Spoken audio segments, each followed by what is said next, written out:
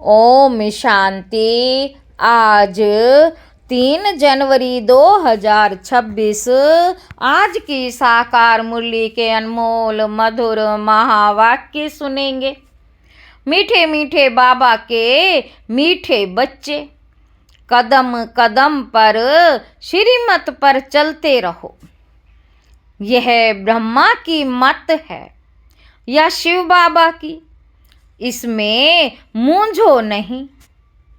कदम कदम पर श्रीमत पर चलते रहो। यह ब्रह्मा की मत है या शिव बाबा की, इसमें मूंझो नहीं। प्रश्न है, अच्छा ब्रेन वाले बच्चे कौन सी गुहिया बात सहज ही समझ सकते हैं? अच्छी ब्रेन वाले बच्चे कौन सी गुहिया बात सहज ही समझ सकते हैं? उत्तर है, ब्रह्मा बाबा समझा रहे हैं या शिव बाबा। यह बात अच्छी ब्रेन वाले सहज ही समझ लेंगे, कई तो इसमें ही मूंझ जाते हैं। बाबा बाबा कहते बच्चे बाप दादा दोनों इकट्ठे हैं, तुम मूंझो नहीं। श्रीमत समझ कर चलते रहो। श्रीमत समझ कर चलते रहो। ब्रह्मा की मत का रिस्पॉन्सिबल भी शिव बाबा ही है। ओम शांति। रूहानी बाप बच्चों को समझा रहे हैं, तुम समझते हो हम ब्राह्मण ही रूहानी बाप को पहचानते हैं। दुनिया में कोई भी मनुष्य मात्र रूहानी बाप, जिसको गॉड फादर व परम पिता कहते हैं, गॉड फादर व परम पिता कहते हैं, परमात्मा कहते हैं, उनको जानते नहीं। जब वह रूहानी बाप आए तब ही रूहानी बच्चों को पहचान दे। यह नॉलेज ना सृष्टि के आदि मध्य अंत में रहती है। यह नॉलेज ना सृष्टि के आदि में रहती, ना सृष्टि के अंत में रहती। अभी तुमको नॉलेज मिली है। बाबा कहते अभी तुमको नॉलेज मिली है। यह है सृष्टि के अंत और आदि का संगम युग। इस संगम युग को भी नहीं जानते तो बाप को कैसे जान सकेंगे? कहते हैं, है पतित पावन आओ, आकर पावन बनाओ। परंतु ये पता नहीं है कि पतित पावन कौन है और वह कब आएंगे। बाप कहते मैं जो हूँ जैसा हूँ, मैं जो हूँ जैसा हूँ, मैं जो हूँ जैसा हूँ, मुझे कोई नहीं जानते। कोई नहीं जानते। जब मैं आकर पहचान दूँ तब मुझे जाने।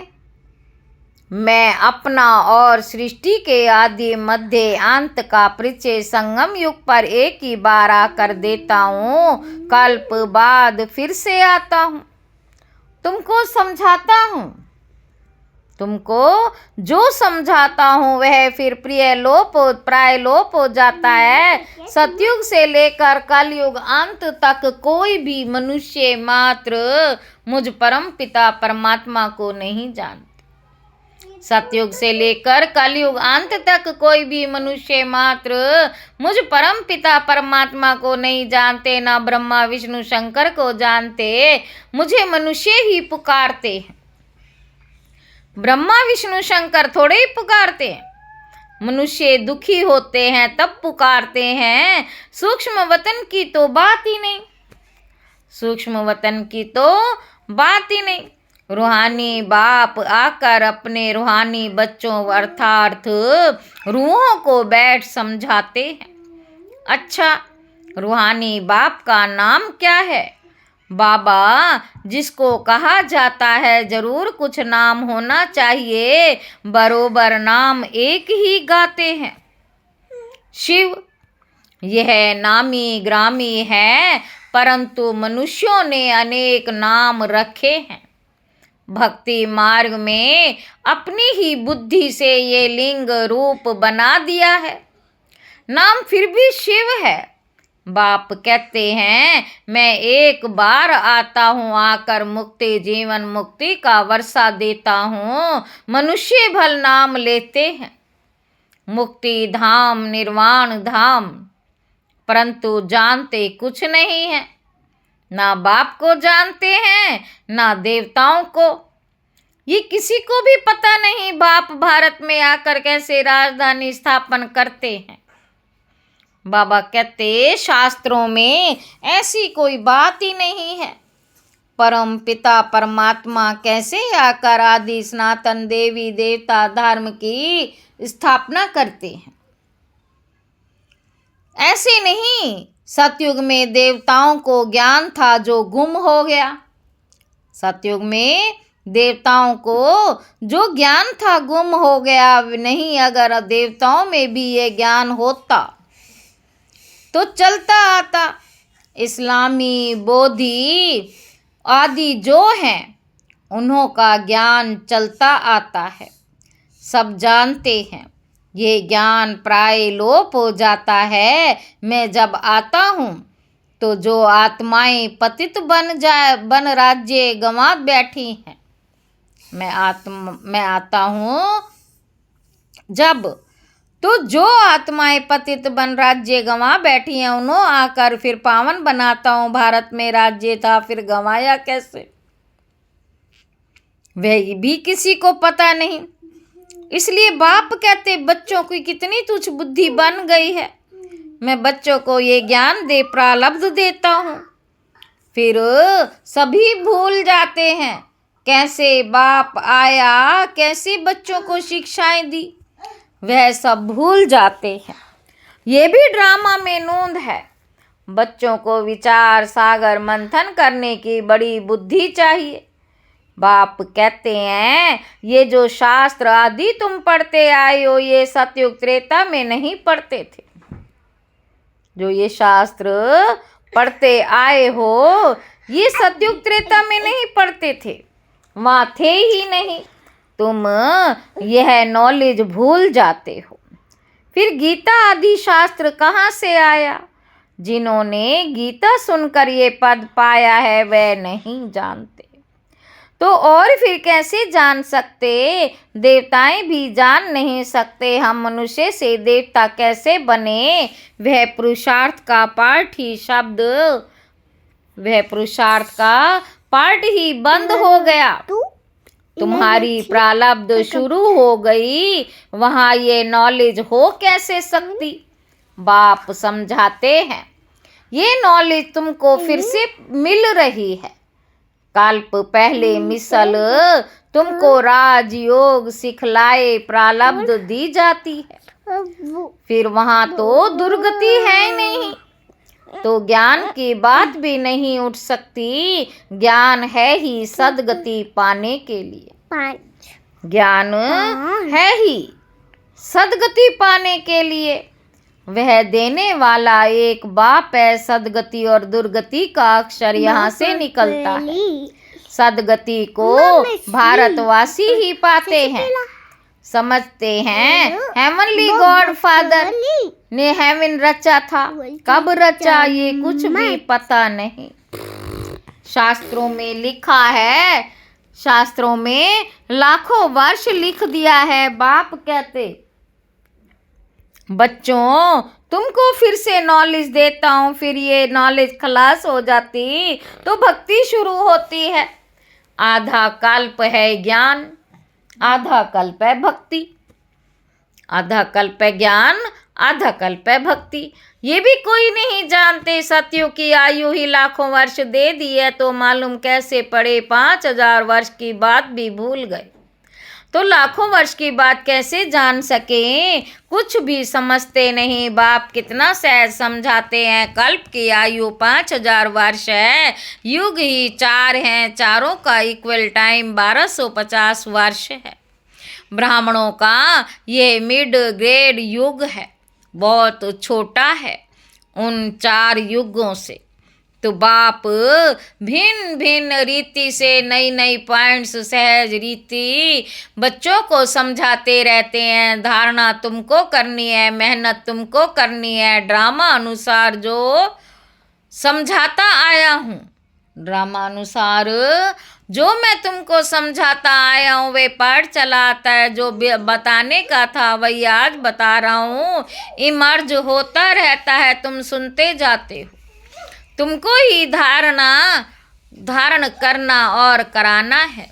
बाबा कहते मुझे तो धारण नहीं करना है, तुमको सुनाता हूँ, धारणा कराता हूँ, धारणा कराता हूँ। हमारी आत्मा में पार्ट है पतितों को पावन बनाने का। जो कल्प पहले समझाया था वही निकलता रहता है। मैं पहले से जानता नहीं था कि क्या सुनाऊंगा। भल इनकी सोच विचार सागर मंथन करती हो। इनकी सोल आत्मा विचार सागर मंथन करती हो। ये विचार सागर मंथन कर सुनाते हैं या बाबा सुनाते हैं। ये बड़ी गुहिया बातें हैं। इसमें ब्रेन बड़ी अच्छी चाहिए। जो सर्विस में तत्पर होंगे उनका ही विचार सागर मंथन चलता होगा। वास्तव में कन्याएं बंधन मुक्त होती हैं। वह इस रूहानी पढ़ाई में लग जाएं, बंधन तो कोई है नहीं। कुमारियां अच्छा उठा सकती हैं, उनको है ही पढ़ना और पढ़ाना। उनको कमाई करने की दरकार नहीं है। राजकुमारी उनको कमाई करने की दरकार नहीं है। कुमारी अगर अच्छी रीति से है, ये नॉलेज समझ जाए तो सबसे अच्छी है। सेंसिबल होगी तो बस इस रूहानी कमाई में लग जाएगी। कई तो शौक से लौकिक पढ़ाई पढ़ती रहती है। समझाया जाता है इससे कोई फ़ायदा नहीं है। तुम यह रूहानी पढ़ाई पढ़कर सर्विस में लग जाओ। यह पढ़ाई तो कोई काम की नहीं है। पढ़कर चले जाते हैं गृहस्थ व्यवहार में। गृहस्थी माताएं बन जाती हैं। कन्याओं को तो इस नॉलेज में लग जाना चाहिए। कदम कदम श्रीमत पर चल धारण में लग जाना है। मम्मा शुरू से आई और फिर इस पढ़ाई में लग गई। मम्मा शुरू से आई और इस पढ़ाई में लग गई। कितनी कुमारियां तो गुम हो गई। कुमारियों को अच्छा चांस है, श्रीमत पर चले तो बहुत फर्स्ट क्लास हो जाए। यह श्रीमत है वह ब्रह्मा की मत है। इसमें ही मौज पड़ते हैं। फिर भी वह बाबा का रथ है ना। इनमें कुछ भूल हो जाए, तुम श्रीमत पर चलते रहेंगे तो वह आपे ही ठीक कर देंगे। श्रीमत मिलेगी भी इन द्वारा। सदैव समझना चाहिए श्रीमत मिलती है। फिर कुछ भी हो रिस्पॉन्सिबल खुद है। इनसे कुछ हो जाता है बाबा कहते मैं रिस्पॉन्सिबल हूँ। ड्रामा में ये राज नूंधा हुआ है, इनको भी सुधार सकते हैं। फिर भी बाप है ना। बाप दादा दोनों इकट्ठे हैं तो मूंझ पड़ते हैं। पता नहीं शिव बाबा कहते व ब्रह्मा कहते हैं। अगर समझें शिव बाबा ही मत देते हैं तो कभी भी हिले नहीं। शिव बाबा जो समझाते हैं सो राइट है ही। तुम कहते हो बाबा आप ही हमारे बाप टीचर गुरु हो तो श्रीमत पर चलना चाहिए ना। जो कहे उस पर चलो हमेशा समझो। शिव बाबा कहते वह है कल्याणकारी। इनकी रिस्पॉन्सिबिलिटी भी उन पर है। उनका रथ है ना। मूंझते क्यों हो? पता नहीं ये ब्रह्मा की राय है शिव की। तुम क्यों नहीं समझते हो? शिव बाबा ही समझाते हैं। श्रीमत जो कहे सो करते रहो। बाबा कहते श्रीमत जो कहे सो करते रहो। दूसरे की मत पर तुम आते ही क्यों हो? श्रीमत पर चलने से कभी झुटका नहीं खाएगा, परंतु चल नहीं सकते, मूंझ पड़ते हैं। बाबा कहते तुम श्रीमत पर निश्चय रखो तो मैं रिस्पॉन्सिबल हूँ। तुम निश्चय ही नहीं रखते हो तो फिर मैं भी रिस्पॉन्सिबल नहीं।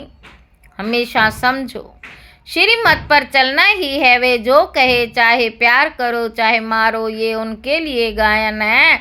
इसमें लात आदि मारने की तो बात ही नहीं, परंतु किसी को निश्चय बैठना ही बड़ा मुश्किल है। निश्चय पूरा बैठ जाए तो कर्मातीत अवस्था हो जाए, लेकिन वह अवस्था आने में भी टाइम चाहिए। वह होगी अंत में। इसमें निश्चय बड़ा डोल चाहिए। शिव बाबा से तो कभी कोई भूल हो ना सके, इनसे हो सकती है। ये दोनों इकट्ठे हैं, परंतु तुमको निश्चय ही रखना है। शिव बाबा समझाते हैं, उस पर हमको चलना पड़े तो बाबा की श्रीमत समझ कर चलते चलो, तो उल्टा भी सुलटा हो जाएगा। कहाँ मिसअंडरस्टैंडिंग भी हो जाती है। शिव बाबा और ब्रह्मा बाबा की मुरली को भी बड़ा अच्छी रीति समझना है। बाबा ने कहा न इसने कहा, बाबा ने कहा वह इसने कहा, ऐसे नहीं कि ब्रह्मा बोलते ही नहीं, परंतु बाबा ने समझाया। अच्छा समझो, शिव बाबा ही सब कुछ सुनाते हैं। शिव बाबा के रथ को स्नान कराता हूँ, शिव बाबा के भंडारे की सर्विस करता हूँ, ये याद रहे तो बहुत अच्छा है। शिव बाबा की याद में रहते कुछ भी करें तो बहुतों को तीखे से जा सकते हैं। कुछ भी करें तो बहुतों से तीखे जा सकते हैं। मुख्य बात है ही शिव बाबा की याद। अलफ व बे, बाकी है डिटेल। बाप जो समझाते हैं उस पर अटेंशन देना है। बाप ही पतित पावन ज्ञान का सागर है ना। वही पतित शूद्रों को आकर ब्राह्मण बनाते, ब्राह्मणों को ही पावन बनाते हैं, शूद्रों को पावन नहीं बनाते।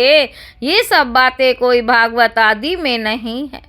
थोड़े थोड़े अक्षर हैं। मनुष्यों को तो ये पता भी नहीं कि राधे कृष्ण ये लक्ष्मी नारायण है। मूंझ जाते हैं। देवताएं तो हैं ही सूर्यवंशी, चंद्रवंशी, लक्ष्मी नारायण की डिनास्टी, सीताराम की डिनास्टी। बाप कहते हैं भारतवासी स्वीट चिल्ड्रन याद करो। लाखों वर्ष की तो बात ही नहीं, कल की बात है। तुमको राज्य दिया था, इतना अकीचार अथाह धन दौलत दिया। बाप ने सारे विश्व का तुमको मालिक बनाया और कोई खंड थे नहीं। फिर तुमको क्या हुआ? विद्वान आचार्य पंडित, विद्वान आचार्य पंडित कोई भी इन बातों को नहीं जानते। बाप ही कहते अरे भारतवासियों, तुमको राज्य भाग्य दिया था ना। तुम भी कहेंगे शिव बाबा कहते हैं इतना तुमको धन दिया, फिर तुमने कहाँ गवा दिया। बाप का वर्षा कितना जबरदस्त है। बाप ही पूछते हैं ना। वह बाप चला जाता है तो मित्र संबंधी पूछते हैं, बाप ने तुमको इतने पैसे दिए, सब कहाँ गंवाए? यह तो बेहद का बाप है। बाप ने कौड़ी से हीरे जैसा बनाया, इतना राज्य दिया और पैसा कहाँ गया? तुम क्या जवाब देंगे? किसी को भी समझ में नहीं आता है। बाबा कहते तुम समझते हो। बाबा पूछते ठीक है, इतने कंगाल कैसे बने हो? पहले सब कुछ सतो प्रधान था, फिर कला कम होती गई तो सब कुछ खत्म होता गया। सतयुग में तो सतो प्रधान थे, लक्ष्मी नारायण का राज्य था। राधे कृष्ण से लक्ष्मी नारायण का नाम जास्ती है। उन्हों की कोई ग्लानी नहीं लिखी और सबके लिए निंदा लिखी है। लक्ष्मी नारायण के राज्य में कोई दैत्य आदि नहीं बताते। तो ये बातें समझने की हैं। बाबा ज्ञान धन से झोली भर रहे हैं। बाप कहते हैं बच्चे इस माया से खबरदार रहो। अच्छा, मीठे मीठे सिक्के लदे बच्चों प्रति माता पिता बाप दादा का याद प्यार और गुड मॉर्निंग। नमस्ते बाबा, नमस्ते, शुक्रिया बाबा, शुक्रिया। रूहानी बाप के रूहानी बच्चों को नमस्ते। हम रूहानी बच्चों की रूहानी बाप दादा को याद प्यार और नमस्ते बाबा, नमस्ते। शुक्रिया बाबा, शुक्रिया। धारणा के लिए मुख्य सार सेंसिबल बन सच्ची सेवा में लग जाना है। जवाबदार एक बाप है, इसलिए श्रीमत से संशय नहीं उठाना है, निश्चय में अडोल रहना है। दूसरा पॉइंट है विचार सागर मंथन कर बाप की हर समझानी पर अटेंशन देना है। स्वयं ज्ञान को धारण कर दूसरों को सुनाना है। वरदान है अपने